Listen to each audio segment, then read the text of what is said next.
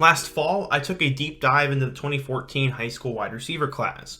We did a video talking about what happened to the top 10 prospects, and then we did 10 through 20. In today's video, I want to continue my deep dive into the 2014 wide receiver class, as we're going to go through the next 10 wide receivers who were in that class, talk about who they were, how their college careers went, and where they are now. The video is pretty self-explanatory, but before we get into it, we're on the road to 100K, so quickly be sure to hit that subscribe button, leave a like if you want to support today's video, turn on notifications so you never miss when I upload, and let me know what player, team, class, or situation I could do next. Now, let's talk about the 2014 wide receiver class, part 3. The first guy we need to take a look at is Jalen Brown. Jalen Brown was the number 21 wide receiver in the class of 2014 and hailed from Mountain Point High School in Phoenix, Arizona. He was the number 3 player in his state and the 143rd best player nationally. As a sophomore, he would break out into a big-time recruit as he caught 37 passes for 621 yards and 10 touchdowns. As a junior, he had 68 catches for 1,235 yards with 18 scores.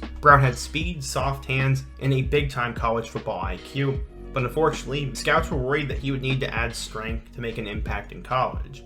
Eventually, Brown would decide to commit to Oregon and became one of the first members of the 2014 class for them. He would arrive at Oregon and had a couple of catches in the spring game before he would play his first action in 2015. During that season, he'd catch 7 passes for 89 yards and a touchdown. In 2016, he would emerge as one of the top weapons for freshman quarterback Justin Herbert, as he would catch 19 passes for 318 yards and 3 touchdowns. He also threw for a touchdown in 2016, and Brown had emerged as a young, valuable weapon for Oregon. Except he decided he was going to transfer. After graduating early, he transferred over to Northwestern, where he looked to have a bigger role and finish his education. In 2017, Brown would end up catching 3 passes for 33 yards with the Wildcats, and unfortunately in 2018, he did not see any action. During that season, though, he was an academic All-Big Ten selection and ended up graduating from Northwestern. He had a somewhat disappointing end to his football career, but it seems he's doing well right now, as according to his LinkedIn, he's an associate product manager, and I bet he's doing terrific in his career and definitely made the most of his football opportunities. Congrats to Jalen. The next player we need to talk about is the number 22 receiver in the class of 2014, Jalen Harvey. Coming out of El Cerrito High School in California, Harvey emerged as one of the top receivers in the class of 2014 and eventually decided to stay home and play for Cal. This was a huge get for Sonny Dykes, but eventually Harvey would reopen his recruitment and decided to flip to Arizona State. Harvey was a huge get, and many projected him to fit in day 1 and replace Jalen Strong. Harvey would end up having a very interesting career for Arizona State. As a freshman, he'd catch 4 passes for 73 yards and a touchdown, and then in 2016, he'd get better. He had 21 catches for 330 yards as a sophomore, and then as a junior, he'd have his best statistical year. He finished with 33 catches for 558 yards and a touchdown. Harvey was getting better each and every season, but then he decided to make a change going into 2018. He would switch to the defensive side of the ball, becoming a safety. He actually was really good that year, as he finished with 70 tackles, 1 pass deflection, and 1 forced fumble. While these numbers were not good enough to get him drafted, he'd at least have a small opportunity to play in the NFL, as he would get an undrafted free agent deal. His time with the Seahawks would not end up working out, so he would actually join New Mexico's program, as he would serve an internship with them. What's really awesome for Harvey is that this past July, he was actually named the Director of Player Development for them. While New Mexico's program has not been very good, Harvey's trying to climb his way up the coaching ladder, and I bet this is an awesome job for him. While Harvey did not end up becoming a superstar as a receiver, he had a good career for Arizona State, at least got a chance in the NFL, and is now working a good job. I'd say he was a success. Up next, we have a name that you guys probably remember, and that's Isaiah McKenzie. McKenzie was the 23rd ranked receiver in this class, and at 5'8", he was always doubted. He went to the big-time Florida High School of American Heritage, and alongside Sony Michel, became a big-time recruit. While McKenzie was short, he put up big-time stats, had blazing speed, and ultimately decided to commit to Georgia. McKenzie would catch 6 passes for 67 yards as a true freshman, before he'd then catch 10 passes for 123 yards as a sophomore. His first 2 years were not great in the stat column, but 2016 he would break out. Led by freshman quarterback Jacob Eason, McKenzie would finish with 44 catches for 633 yards and 7 touchdowns, including an eventual game-winning touchdown against Missouri. This was good enough for McKenzie, as he decided to declare for the 2017 NFL Draft. He He was a versatile player who returned kicks, could run the ball, and could catch the ball. He was eventually taken with the 172nd overall pick in the 5th round by the Denver Broncos, but he would not spend a lot of time there. After just catching 4 passes with the Broncos, he would move over to Buffalo, where he has since become a valuable member. He has now played 4.5 seasons for the Bills, catching 119 passes for over 1,100 yards and 10 touchdowns. McKenzie is by no means an NFL superstar, but he's been a productive 3rd or 4th option, has been able to return kicks, run the ball, and do a little bit of everything. McKenzie had a good college career, has had a good NFL career, and he is definitely a success. Up next, we have a player that you probably don't remember, and his name was Derek Keefe. He was the number 24 receiver in the class of 2014, and he hailed from LaSalle High School, which is located in Cincinnati, Ohio. As a junior, Keefe would break out onto the recruiting scene as he caught 65 passes for 907 yards and 9 touchdowns. This came within 10 games, and he had blossomed into a 4-star recruit, partially because of his stats and also because of his 6'5" size. He'd eventually choose Alabama over Ohio State and Kentucky, and he would have pretty decent hype going into his Bama career. He decided to redshirt in 2014, and as a redshirt in 2015, had minimal action. In 2016, he catch 4 passes for 31 yards, and then in 2017, he catch 2 passes for 34 yards in his first career touchdown. In 2018, Keefe would catch 4 passes for 39 yards and 1 score.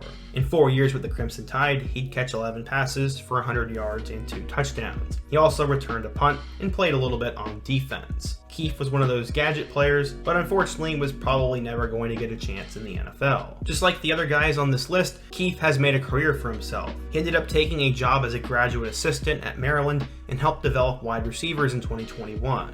After doing well there, he has now since taken the wide receivers job at Towson.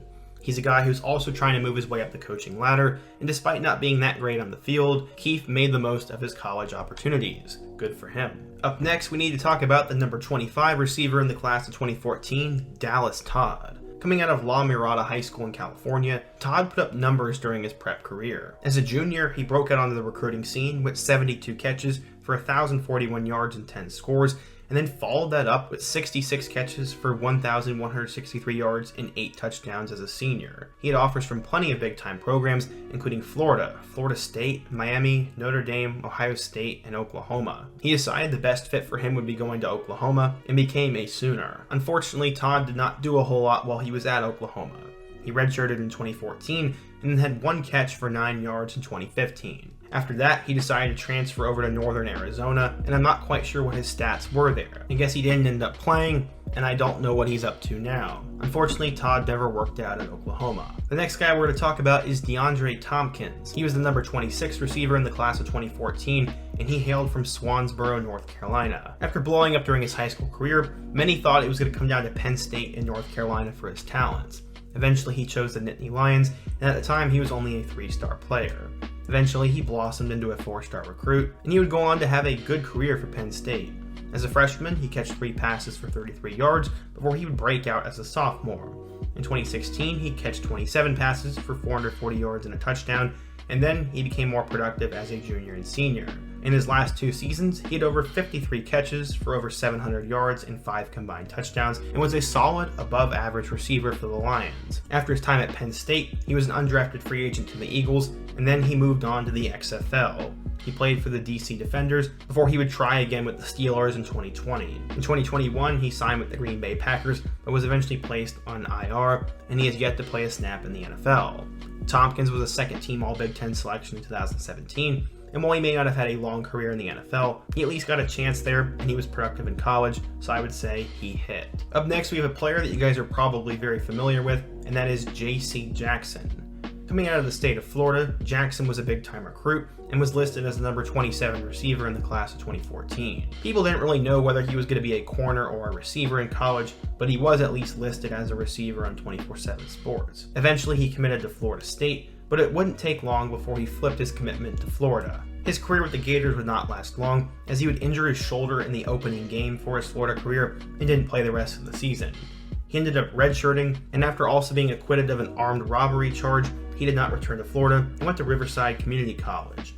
After that, he transferred to Maryland, where he would play 2 seasons there. He ended up going undrafted in 2018, but but as we know, he has made his mark in the NFL. As of today, he has 173 total tackles, has 3 fumbles, 55 pass deflections, and 25 interceptions. He's also won a Super Bowl, was a second team All-Pro in 2021, and also made a Pro Bowl. Despite having a weird college career, J.C. Jackson has been incredible. Up next, we have another player who's had a good NFL career, and that is Terry McLaurin. Coming out of Cathedral High School in Indianapolis, McLaurin had over 1,000 all-purpose yards as a junior, and combining that with his insane speed led him to get offers from schools such as Mizzou and Purdue. It looked like those were going to be his best 2 options, but then he would get an offer from Ohio State, which he happily accepted and committed there. At the time, he was only a 3-star player, but eventually was bumped up. When McLaurin got to college, he'd have 2 touchdowns as a freshman in 2016, and then in 2017, he would break out. He caught 29 passes for 436 yards and 6 touchdowns before he would really break out in 2018. That year, he caught 35 passes for 701 yards and 7 scores.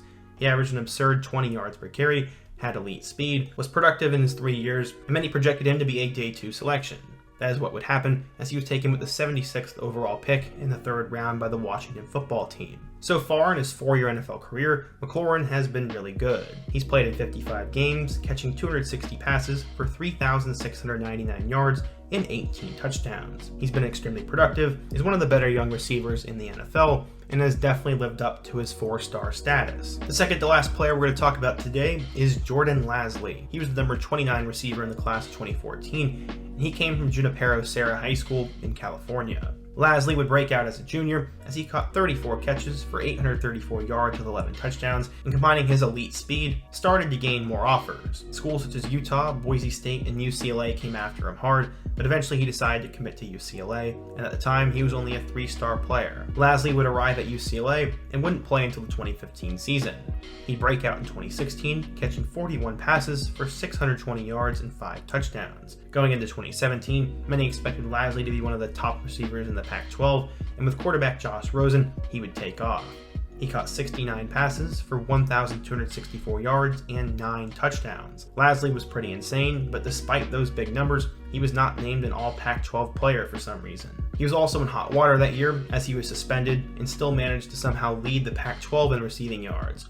After the season, he would declare for the 2018 NFL Draft, where he was taken by the Ravens with the 162nd overall pick in the 5th round. Unfortunately, he got into a fight with multiple teammates there and was waived by the Ravens. From there, he bounced around to the Raiders and the Lions before he was drafted to the St. Louis Battlehawks in the XFL, spent some time in the CFL, and then was drafted by the Tampa Bay Bandits in the 2022 USFL draft. Lasley definitely lived up to his hype in college, but I'll always wonder what would have happened in the NFL if he wouldn't have gotten in that preseason fight. All in all though, Lasley definitely was not a bust. The last player we're going to talk about today is Isaiah Ford. Coming out of Trinity Christian Academy in Jacksonville, Florida, Ford was the 30th ranked receiver in the class of 2014. Ford did really well in his high school career and excelled at both football and basketball.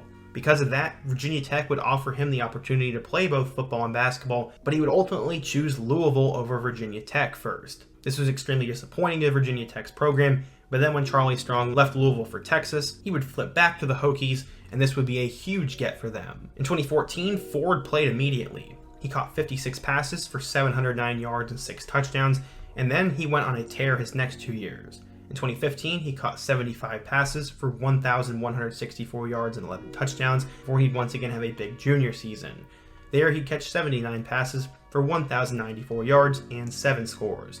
He finished with 210 catches, nearly 3,000 yards, and 24 touchdowns in his 3-year Virginia Tech career. This made Ford one of the best receivers in Virginia Tech football history, and he was named a first-team All-ACC player in 2015, a second-teamer in 2016, and he set multiple records for Virginia Tech. Also, as a fun fact, he played with Grayson Allen during his AAU basketball days, and his athleticism translated to football as he was eventually taken with the 237th overall pick in the 7th round. In 2018, he'd play in 1 game for the Dolphins before he'd then catch 23 passes for 244 yards in 2019 with the Dolphins. In 2020, he'd have a career year as he finished with 28 catches for 276 yards, and then in 2021, he'd catch 12 passes for 161 yards and a career-high 2 touchdowns. Unfortunately for Ford, he never really carved out much of a role in the NFL, and after signing with the Indianapolis Colts practice squad this year, he was eventually waived, and he is currently a free agent.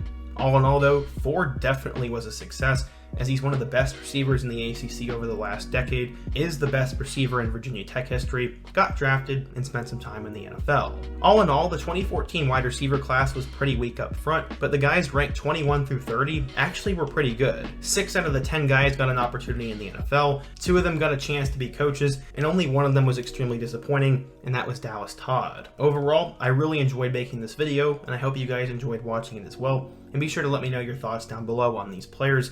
Give me another topic I could do next, and let me know if I should do a part 4. Before you go, don't forget to leave a like, subscribe if you're new, and check out all my other videos on the end screen, including part 2. Hope to see you guys again soon, but until next time, peace.